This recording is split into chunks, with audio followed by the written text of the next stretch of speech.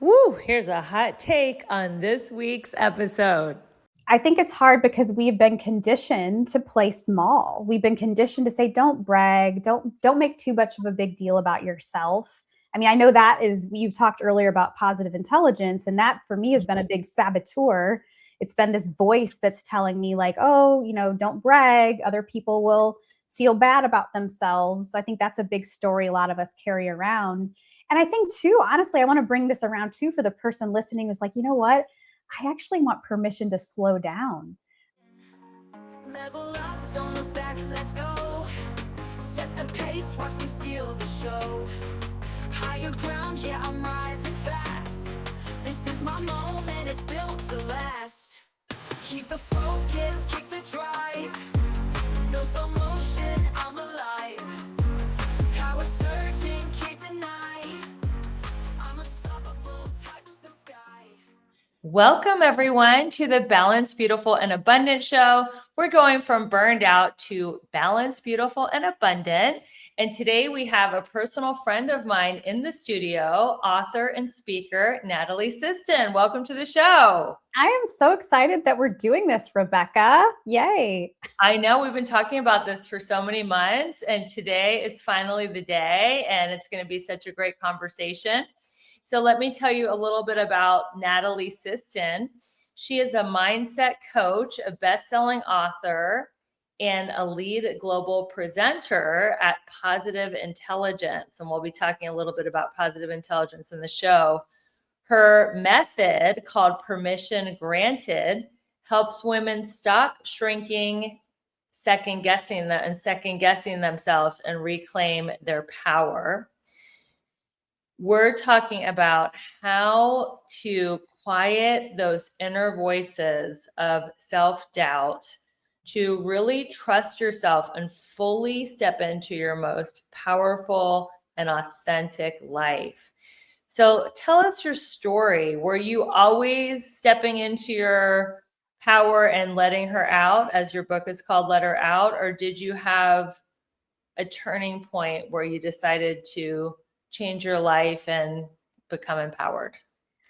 I think the shape of my life is probably like that of a lot of your listeners, Rebecca, where I started my life bold and brave and ambitious and spunky and full of everything. I mean, my parents will tell you this from when I was knee high, to the cornfield where I grew up, type of thing.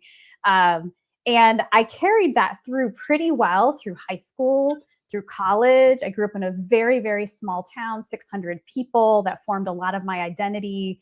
And people told me going to college at The Ohio State University, well, get ready to be a small fish in a big pond. And I was like, I will show you. And I was like, oh, heck no, this small fish is going to make a big splash. And I did that. And so I kept the build going through my 20s and through my 30s. And then I started my family, started having kids. And then I think this is probably where people will resonate with my story. Then I just started to plateau, and everything became about everybody else in my life, namely my children, my relationship, my employer, my work. And I just got to the point in my mid to late 30s where I was like, meh, bleh. I literally, like, that's how I describe it to people, because I think people understand that feeling. And so that's when I said, you know what, I know enough about myself. I know enough about motivation and leadership development that I want to turn this around. I was introduced to a coach at that same point in time, had no idea what coaching was, Rebecca, which is hilarious now that I am one. I coach other coaches. And I hired this person, and she helped me get that spark back. And then at the kind of the end of that, when I also became a coach myself, I came across all the journals and diaries I had kept since I was a small child. I started a journal when I was 8, and I wrote diligently through my 20s. And as I read those, I was just reminded of who I was back then. And I was like, that's who the world needs now. And so in my early 40s is when I wrote my book, and to myself, reclaimed who I've always been, that spunky, bold, brave person. And so I find myself back on the upswing, Rebecca. That's fantastic. So how old were you when you stepped into your power? I'd like to say I was 2 when I stepped into my power, and I reclaimed it when I was 40. When you reclaimed it. Yeah. Such a great story. And did that change the dynamic with your kids and your husband when you were empowered? Absolutely. I have 2 daughters, and when I started that whole journey, they were very little. I mean, I would tell people I started writing a blog in 2016, so 10 years ago, and I would do it while they were either at their swimming class, so I would get my laptop on my lap while I knew they were supervised for 30 minutes, or I would do it when they were watching their 23-minute cartoon every night. So I learned how to do everything these very truncated periods of time, which I then came to learn that they're called the fringe hours. And so I grew my business while my kids were growing. And now that my daughters are teenagers, I had a birthday recently, and we don't buy cards; they make them themselves. And I just read the cards that my teenage daughters wrote to me, and I said to my husband, I said, "They're paying attention." And my oldest daughter said something to the effect of, "I hope one day I'm passionate about something as much as you are." Beautiful. And so I know they're paying attention, and I know my husband, like, it's enhanced our relationship because he sees me stepping forward and doing my thing. I think a lot of women get fearful of that, like, "Oh, no, no, no, I need to scale back to not, make my husband feel less masculine or anything like that." No, like, we have been in an equal partnership since we got together many, many, many years ago. It was probably challenging on your relationship when you were plateauing and feeling frustrated and burned out because you weren't as exciting or vivacious to be around. Oh, completely. I remember vividly, there was a moment I was on maternity leave with our second child, and both of my maternity leaves coincided with me applying for new jobs. And I went in 10 days postpartum to interview for a job, which is probably not legal that I really think about it, but I'm not going to sue anybody. Okay.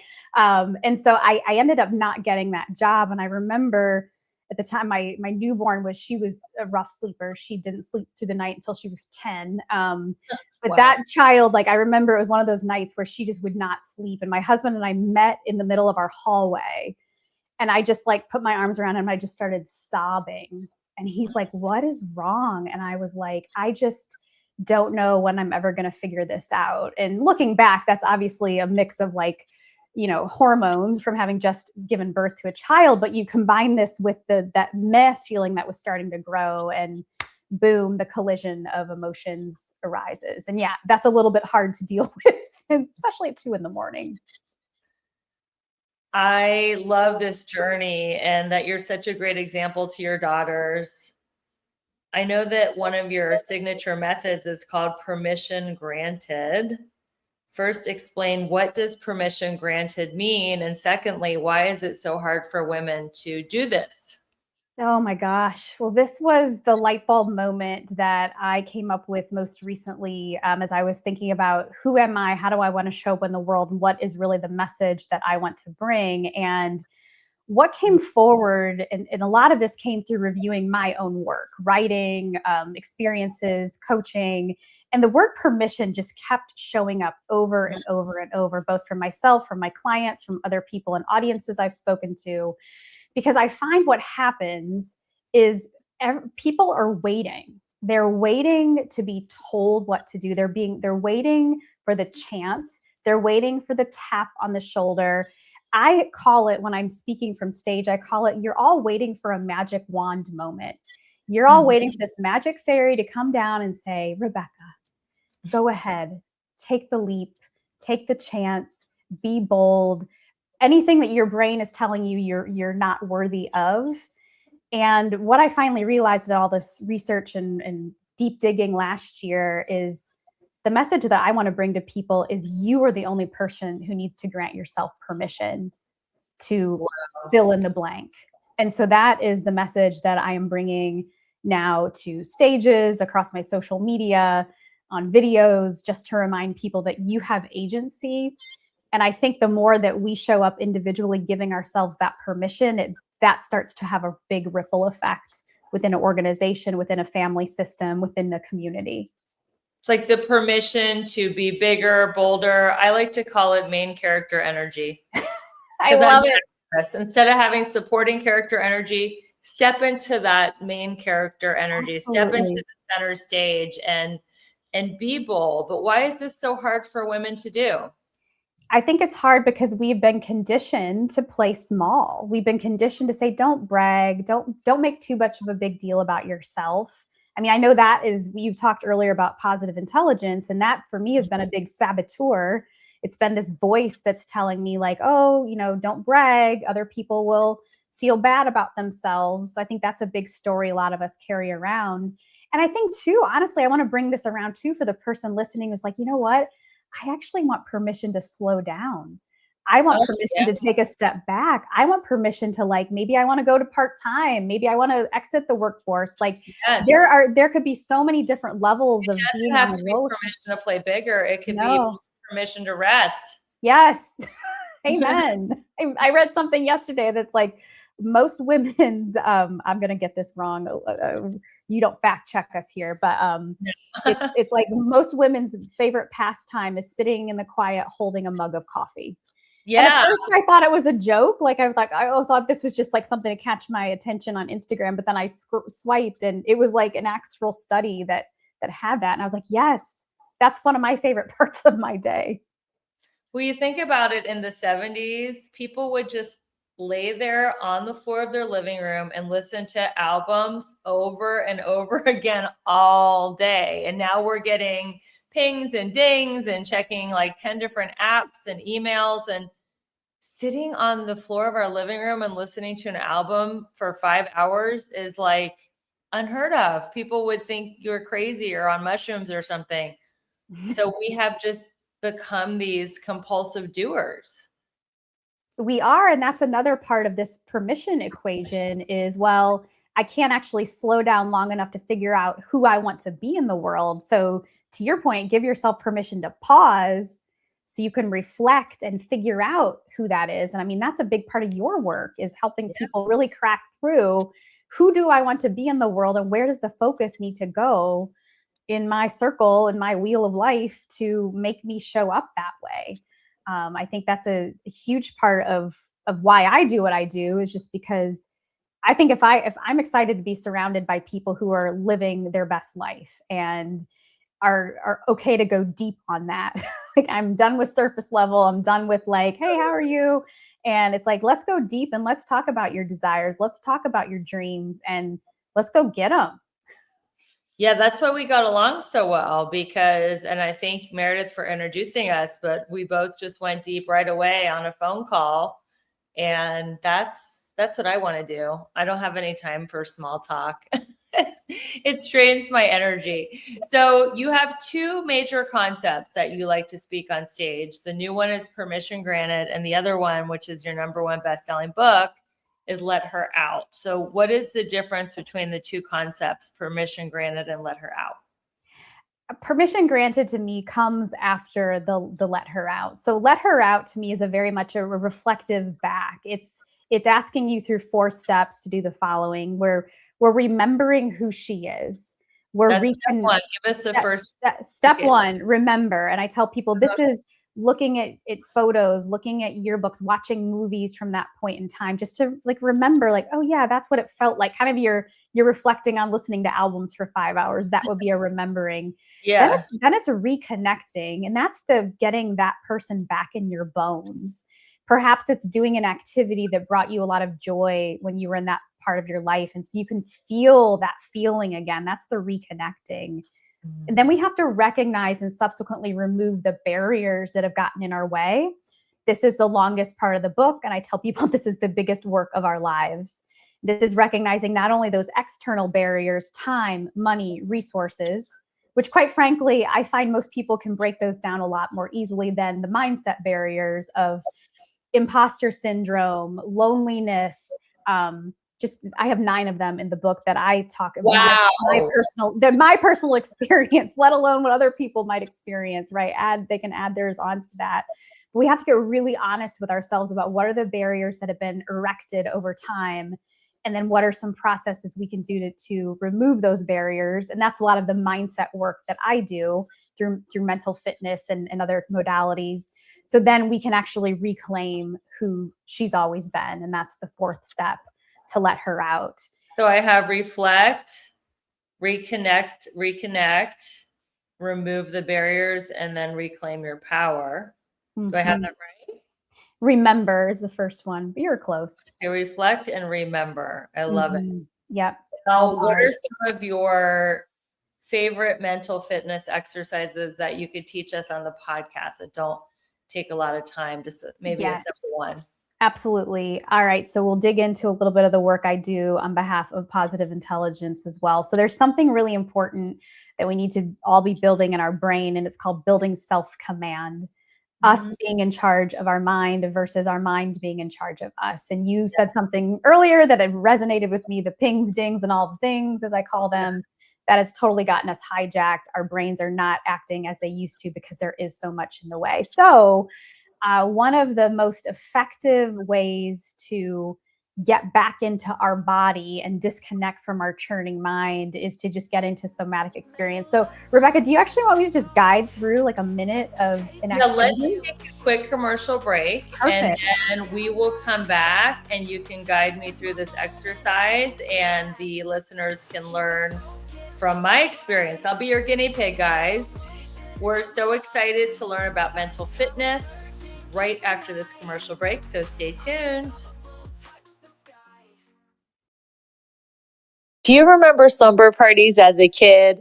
Wearing pajamas, laughing until midnight, eating delicious food, and feeling completely free before the bills, the responsibilities, and the pressure of adult life. What if you could experience that magic again as an adult? On February 27th and 28th, I'm hosting the second Soulful Slumber Party in Cincinnati, Ohio. The first one sold out, and this experience is truly unforgettable. You'll receive luxury silk pajamas, a night at a beautiful hotel, a sacred cacao ceremony, a gentle yoga session, a professional photo shoot, my signature 7 Pillars of Abundance workshop, and an elegant dinner party with an incredible group of like-minded women. This is your chance to reconnect with your joy, your vision, and yourself. If you feel called, apply through the link in the show notes. I'll see you at the slumber party. Hey there, it's Rebecca, your magnetic abundance mentor. Let me ask you something. Are you feeling stuck, burned out, or like life just isn't as juicy as you know it can be? If you're nodding right along, it's time for a breakthrough. My coaching program is designed to help you align your life in all 7 pillars of abundance: spiritual, physical, emotional, romantic, mental, social, and financial, so you can finally live that big, bold, sexy, and adventurous life you deserve. And here's the best part. I'm inviting you to schedule a breakthrough call with me. No pressure, no sales gimmicks, just a genuine chance to experience my coaching firsthand and get crystal clear on what is next for you. Because your best life is not a someday thing, it's a right now thing. So click the link in the show notes to book your breakthrough call and let's start making magic together. Your next level is calling you. This podcast review is from Bring It On, and she says that the Balanced, Beautiful, and Abundant show is amazing and inspiring. She goes on to say, I believe this show is a place where women can come and really learn and grow. Rebecca creates a strong and safe space for women to share and be vulnerable. I highly recommend this podcast. Thank you so much, and it is absolutely a safe place for all women to come and learn. Thanks for being a great listener.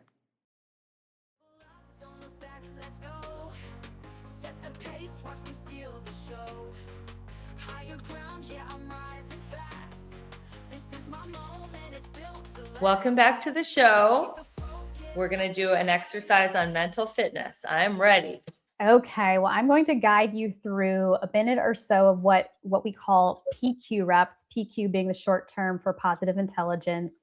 And so to all the listeners, if you are in a place where you can be still and do this along with us, please, I invite you to do that, especially if you're doing dishes or you're in the middle of your morning routine. Like, just stop and just do this with Rebecca and I. So I'm going to invite you, Rebecca, to close your eyes. I'll do the same. Okay. With our closed, I want you to feel firmly rooted to the ground. your feet on the floor, your seat on a chair if you are seated. Just feel that feeling of being connected to the earth. And with that feeling of solidity underneath you, I want you to take two fingertips and rub them together with such attention that you can feel the fingertip ridges on either finger.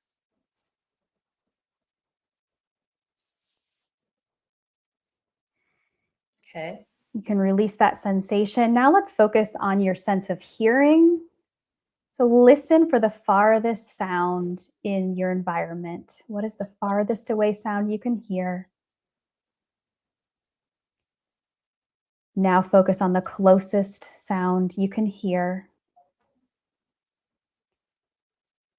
And if you haven't noticed the sound of your own breathing, focus on that sound as you take one deep breath to end this practice.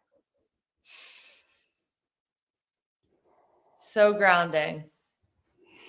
Yeah, so usually what I do is ask people in this moment, how do you feel after a minute or two?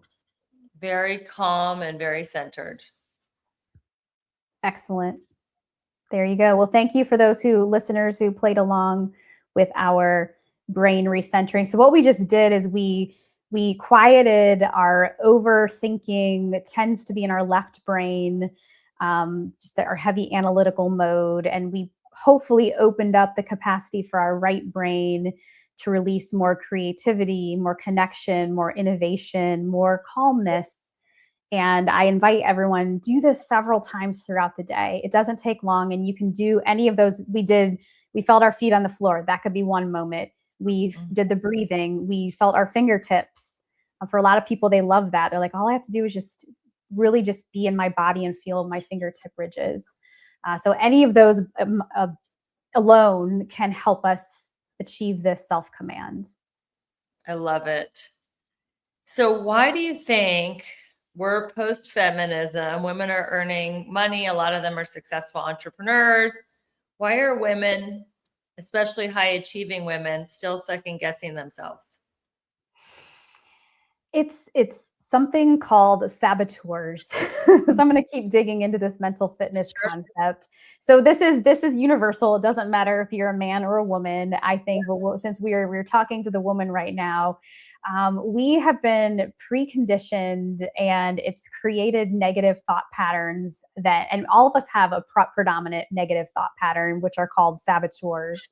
And so I think for women, we have the saboteur that's layered in expectation, but also layered in protection and safety. And so when you combine the two of those together, it just really does shrink us down, because these saboteurs came about when we were much younger, many times for actual protection. There is physical or perceived harm in your surroundings. So we're going to make sure you're hyper vigilant. We're going to make sure you're perfect. We're going to make sure you're taking care of everybody else. That's a protective mechanism. They're like coping mechanisms. Yeah, absolutely. Yeah. They're coping mechanisms. They help us survive. And for a lot of people, they also help us succeed. Yes. And the lie that we are telling ourselves, women are telling ourselves, is like, okay, if I don't fill in the blank, no one else will. And that perpetuates the saboteur. So if I don't show up and take care of everybody, it's all going to fall apart. If I don't step forward and take charge, nothing will happen. If I don't keep achieving, if I don't keep earning the next level on the rung, like, I have no worth. And so a lot of it comes with protection, and then it also ties into our worth. And when you bring the two of those together, you just have an explosion of shrinking down, showing up small, second guessing ourselves. Maybe you can coach me through this methodology. I know your daughter's a competitive soccer player. I grew up as a competitive tennis player. I played 1 year for Princeton, quit because I burned out, and took a 30-year hiatus. I just came back to it. And in order for me to play a lot at this club, I get to be on a competitive team. And these women take these matches very seriously. And I'm finding myself getting like so nervous to the point where I'm like running to the bathroom all morning, and I have the butterflies in my stomach.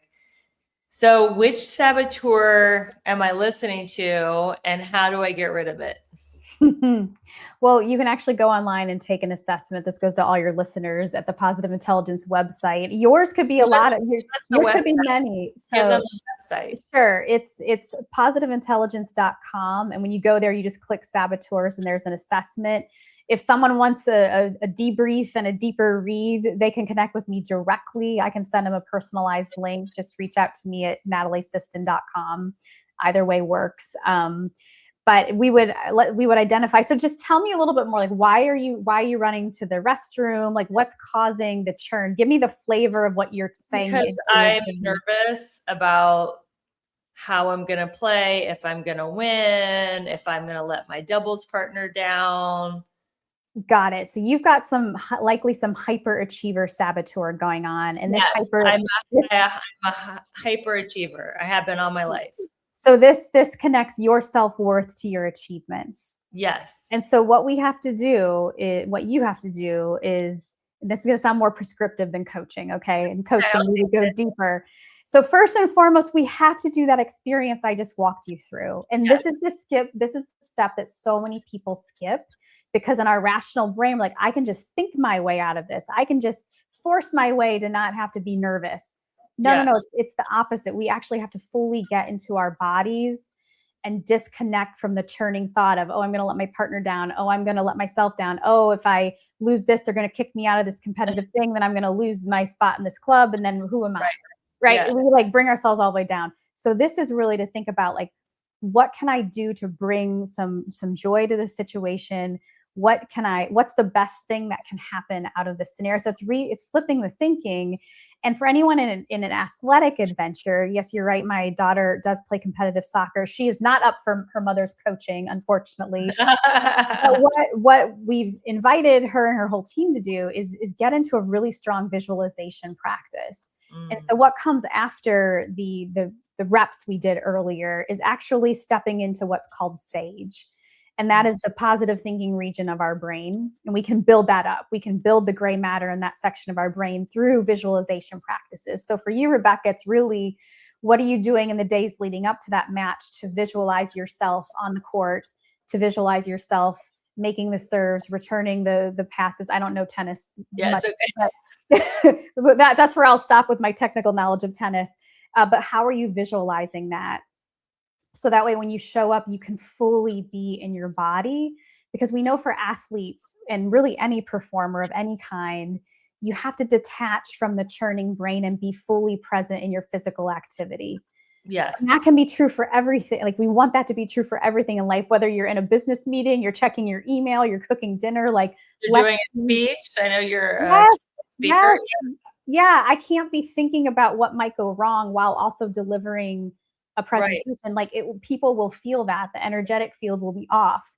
And so for anyone who's performing in any sense, it's how can I be fully in my body and get the churn stopped? And we do that by centering ourselves, by calming ourselves, and we have more of an opportunity to show up really strongly. And we've seen a lot of athletes, this changes their game, because they finally stop being in their head. Do they do this on the field or on the court? So my husband actually coaches my daughter's competitive soccer team. And so I work with him to help him give these exercises to the team. He has them decide on a physical sensation that they want to take part in. So he wants them to learn how to shake off a bad play, because in soccer, it moves so quickly. There's bad plays all the time. And so some of the girls bend down and touch the grass. Others rub their shin guards. Others tap their elbows. So he has them come up with a movement that's their reset. So it's really a reset. Yeah. That's powerful, because it's always like the next player, the next shot, and letting go of the one in the past. And so you have a ritual, whatever that is, to mean, okay, next point. Exactly. So it's coming into the game, you visualized the best outcome. And during the game, the match, you have some kind of ritual that you can shake off the previous serve that didn't go well. And you could just let it go. I love this. So good.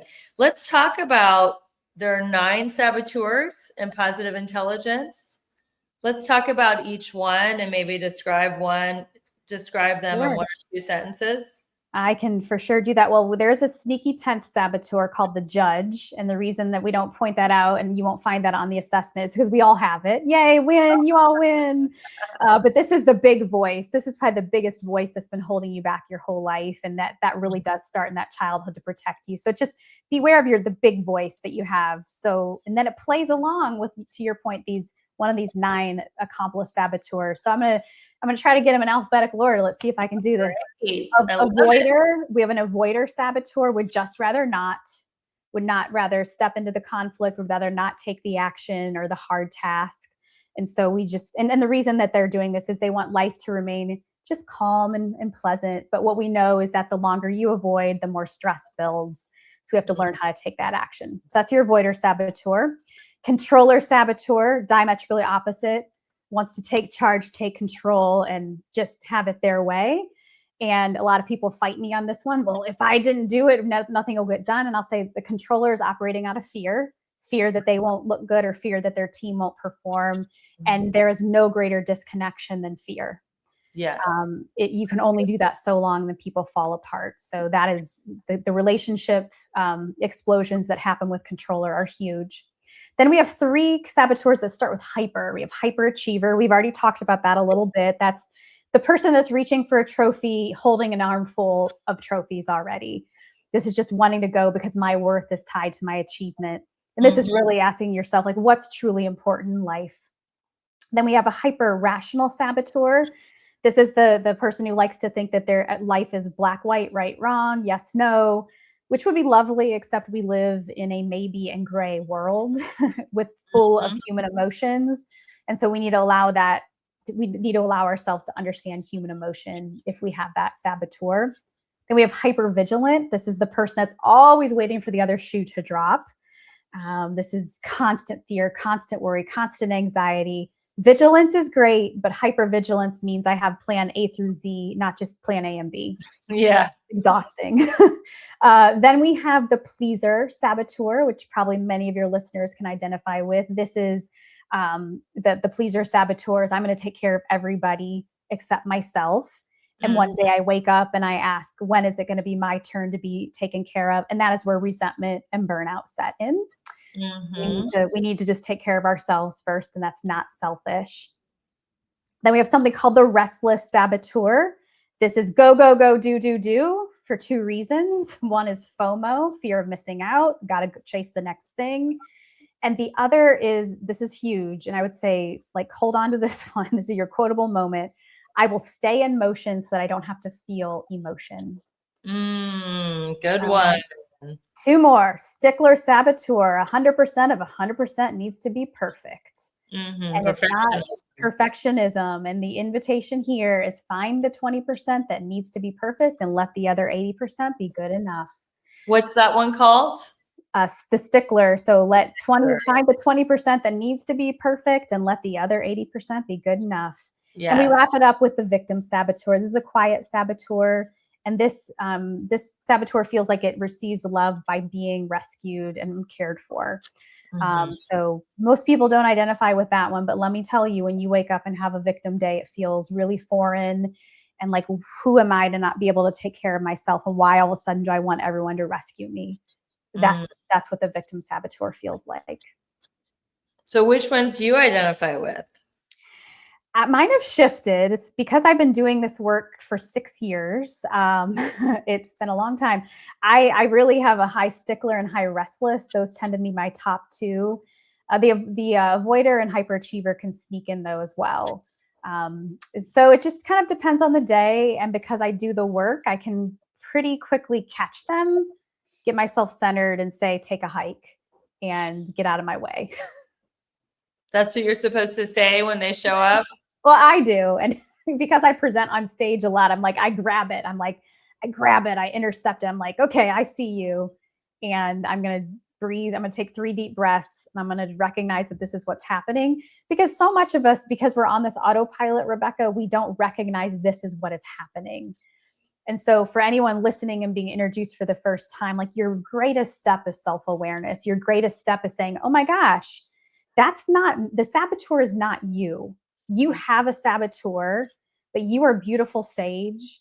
You have a saboteur. You can tell that saboteur to quiet down and take a hike, as I do. That allows space for that sage to show up fully. Beautiful. We are going to take a quick commercial break.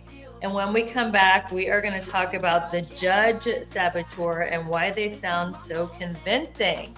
Thanks, everyone, for listening. We'll be right back.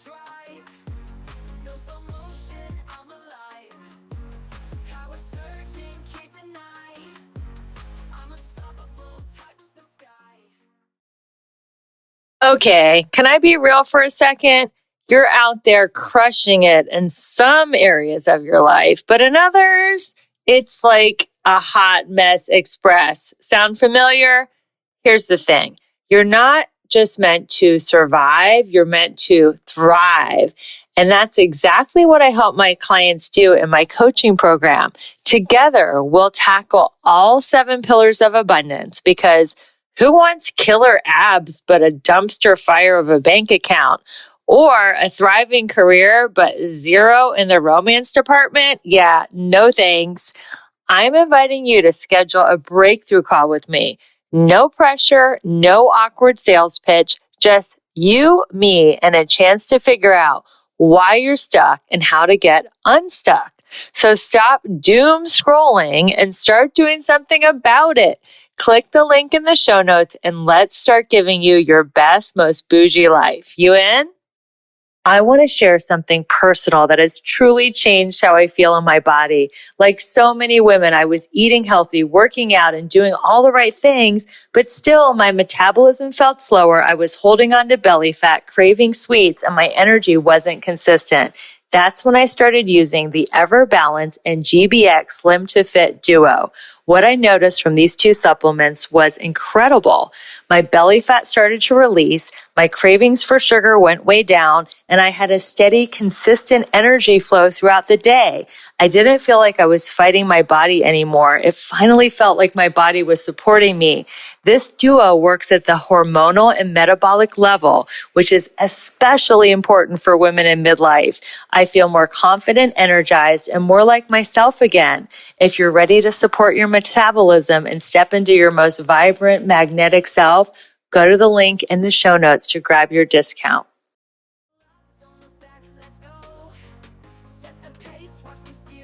We'll be right back. Welcome back to the Balanced, Beautiful, and Abundant podcast. We are talking about the positive intelligence framework. And Natalie was just telling us we have 9 saboteurs, and the 10th one everybody has. It's called the judge. Why does that judge sound so convincing when we hear it speak to us? It sounds so convincing because it's been hanging around with us for a very long time, and it makes 3 different cases. It is truly like the lawyer and the jury all wrapped in one in your head. So the judge is operating on 3 modes. And so the first mode of the judge is judge of self, which for most of us, I think is really, we understand that. Like I say, it's the finger pointing inward. All the blame is on me for everything that's going wrong in my life. And so we hear that through words like imposter syndrome, gremlin, limiting belief. That is very much judge of self. Then we have judge of others. And this is that finger pointing outward. This is saying everyone else is to blame for the things that are going wrong in my life. And sometimes that's a specific other, and sometimes that is a proverbial other. And then we have a judge, the third mode of the judge. A lot of people don't think about this, but I think is really prevalent right now. This is judge of events and circumstances. And this is saying, I will be happy when, fill in the blank. I'll be happy when I get the promotion. I'll be happy when I get my business started. I'll be happy when I get my new house, my new car, my kids have graduated, my kids are sleeping through the night. We make our happiness conditional. I think when people do that, it's like their life becomes the donkey chasing the carrot, and they never get to experience happiness because they're like, I will be happy when and then it's always just ahead of them. Exactly. So how do we quiet the judge? The way you just said, take it by the neck and kick its ass? Almost. First, we do those self-command exercises. Right. 3 deep breaths. I'm just saying that because so many people want to skip that step. They want to go right from saboteur to sage. And so what we do is we invite the self-command, we find what works for us. And then what we do is ask ourselves the question, or we adopt something called the sage perspective, which is seeing that every challenge can be converted into a gift or opportunity. And so this is seeing that whatever that circumstance is that you're judging, is to saying, how can I turn this quote bad thing into a gift or opportunity? And it really helps us evaluate, I mean, how serious we take life sometimes. So, I don't want to minimize this at all, but like the sage perspective, if it's something like we get stuck in traffic, it's like, hey, is this really worth me getting mad about? Okay, I'll convert that into being able to listen to my podcast longer. And so letting that one go quickly. And then, the bigger the challenge, the longer it might take to realize that gift or opportunity. But it's really inviting that mindset into our lives to say, there's a cycle to things. And it doesn't mean I can't take action. We're actually not at all, but it's just inviting the possibility that this challenge can be converted into a gift and opportunity. And then there's a whole framework. There's a book on this topic. I did not write it, but it's the book called Positive Intelligence. But there are 5 different sage powers. And who wrote it? Shirzad, what's his last name? Shirzad Chamine is the author and founder and creator of this framework. And there are 5 different, what we call sage powers, to help you get to that sage perspective. So it could be something like getting into activate mode, where you're taking calm, clear-headed, laser-focused action. It could be something like visioning the future. Like, what would my wiser elder self tell me is most important right now? It can be just getting really curious, detached from any negative energy, just being super curious, exploring, inviting innovation, inviting ideas in a really safe way. And then number 1, and I'll actually unveil my tattoos to you here, empathy. So I think I'm the only person that I've identified so far. I've gotten 2 tattoos that are. What did they say? So on my wrist, I have the words "choose love." Yes. And that is my reminder of empathy. Fear, right? To remind you to choose love over fear. Exactly. Empathy is the number 1 way we can overcome the judge. So it's reminding myself, like, what is the most compassionate and loving thing I can say to myself or other people in this situation? What is the most compassionate and loving thing I can say to myself or other people in this situation? That's the reminder of choosing love. And then I just recently, this year, got a tattoo that says "Just Keep Going" on my other arm. What's the meaning of that? So I feel like this is to overcome that avoider saboteur, the hyperachiever saboteur, the hypervigilant saboteur. So often we just get frozen. We stop momentum. And I know you have a lot of women who own their own businesses listening to your podcast. And I would say they would all recognize the moments where you're like, I'm tired. Like, I just want to stop. And I have seen, because I've run my own business now for 10 years, those stops, that is just, for me, it's a dangerous place to be, because it takes so much longer to get that momentum cranking again. And so I had this tattoo made as a reminder to myself and other people to just keep going. So it can have a business meaning, or it could just have a meaning on, you're so important. You need to just keep going no matter the odds that are against you. It's okay to rest and take breaks, but don't stop. Exactly. It might mean slowing down. It might mean backing off, but it's like, don't give up the dream. Don't stop talking about what it is you're trying to do in the world. Like, keep breathing air into it in whatever way that you can in that moment. But whatever you do, don't stop. How did you discover Shirzad's teaching positive intelligence? Like most things that happen in life that are truly, life-changing, it was a little bit of an accident. I was invited by a coach I worked with in 2019 to experience the Positive Intelligence program. It's an app-guided, peer-supported, oftentimes coach-led program. And so I did it at the beginning of 2020, Rebecca. I participated just as a person in the world wanting to learn a new methodology. And within 2 weeks, I think I could feel my brain chemistry changing. Just more things seemed possible. I was open to more ideas. My creativity was starting to surge. And I, during the very early days of the pandemic, I held up the book, which is, I don't know if people can see it. If you're watching on video, you see it behind me, but otherwise I held up the Positive Intelligence book on a LinkedIn video and said, this is one of the things that's helping me get through these early days of the pandemic. And I tagged him and his team in it, and they reached out and they said, let's talk. Because at the time I was leading a large coaching function at a Fortune 100 company.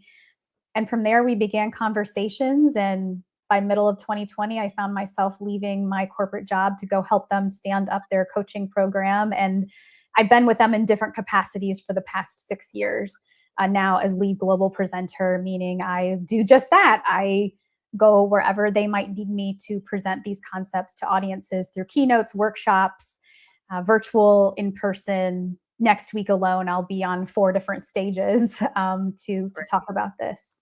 Yeah. That's so great. So what is the first step for women to break free from their saboteurs? Is it to know what they are and take the quiz, or just, what would you say? Yeah, I'll walk you through it's considered an operating system, and it's not hard. Everything that I'm teaching to me is like, it is simple, but not easy. That's Yes. my theme for 2026 is simple, but not easy. So take this for the level you want to dig into it and see how many days you can be successful implementing the following 4 steps. So the first step is to just recognize that you're in saboteur mode. You don't have to know which one it is. You just have to know, I am feeling negative emotion. I'm feeling stressed. I'm feeling frustrated. I'm angry, whatever, fill in the blank. I recognize that's step 1. Just recognize it. Step 2 is stop and do some of those PQ reps. Yeah. Any form, any length, just stop and do that. And then the third is to assume the sage perspective that every challenge can be converted into a gift and opportunity. So it's saying to yourself, okay, this too shall pass. There's something that's going to come out of this. And then the 4th step, which we don't have time to get into on your podcast, but I'm welcome to any conversations after this for listeners who are interested. We adopt 1 or more of those sage powers to help make that gift become possible. What's your favorite sage power? I love what's called Sage Power Navigate. And the key question that we ask in Navigate is at the end of my life, looking back, what truly matters? Beautiful. That's a great question.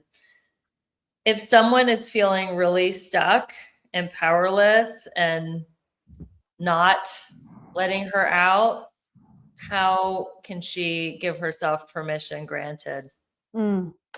A couple of ways. So if you're by yourself and you're not surrounded by other people, it's definitely doing some of these techniques that I just recommended. And if you're around people or you have the ability to be around other people, whether that's in person or via a phone call or text, I mean, my recommendation is go find a peer, go find a trusted friend that you can send a message to, that you can just call and say, I need a minute. I had a friend do that for me this morning. They're like, hey, I need some help prioritizing. Can we talk? I said, absolutely. So we spent 20 minutes together and we helped each other. And she's like, I'm really grateful for this because I said to her, I said, I know, because you're sitting in your condo all by yourself and left to your own devices. You're thinking it's the end of the world. I'm never going to get this stuff done. Sometimes you just need to speak it out loud. And so it's regulate your body, and then find the support system who can help you through whatever the challenges that you're facing. Those to me are the 2 keys to letting her out, to giving yourself permission. And I think you'll find it easier to do those 2 things the more you practice being in your body and relying on a really, really strong support system. Great answer. Let's do a couple quick rapid fire. Your personal, non-negotiable daily mindset practice. Meditation with my red light machine. Nice. So you're doing youthing and meditation at the same time. I do. Stacking those habits. Love it. One habit that builds confidence the fastest. For me, writing. Journaling? Journaling, writing, sharing my writing out in the world. Beautiful. Do you still have a blog? I do. Where is it? NatalieSiston.com. I also do LinkedIn newsletter, e-newsletter. It all is the same content. They just live in all the places. So you repurpose. I do repurpose, and I publish that every other week. Great. Which saboteur is worse for yourself personally and then women as a whole? People pleasing or perfectionism? My goodness, it's a close tie. I think it it depends, right? Like if you're talking to my teenage daughters, they're going to say perfectionism because they never load the dishwasher correctly. However, I think the people pleasing steals more time and heart space from us. Great. How can we overcome people pleasing? I know you just went through it, but just quickly, how do you, when you get into that people pleasing mode, what do you tell yourself? Is to ask yourself, what do I want in this situation? And like, be honest with yourself and honor what it is that comes up for you. Is it hard for you to say no to people and set boundaries still? It depends. It depends on the person. It depends on the situation. But I'm getting much better. Great. Well, this was a great interview. I know my listeners are going to want to stay in touch and learn more about your book. And where can they find you? They can find me at nataliesiston.com. That's SISTON, and letherout.com. And on the socials, same way. And where can they take that positive intelligence quiz? They can go to positiveintelligence.com and click saboteurs. Fantastic. Well, thank you so much, Natalie, for being on the show. Thank you, listeners, for sharing this show and spreading the message that you can be a high achiever through alignment, not the hustle and grind. And until we meet again, keep your vibe high and magnetized. Bye, everyone.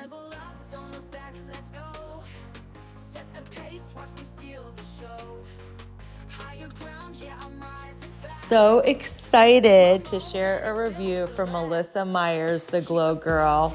She says, inspiring podcast. Rebecca has a gift for creating meaningful, empowering conversations that leave you feeling inspired and uplifted.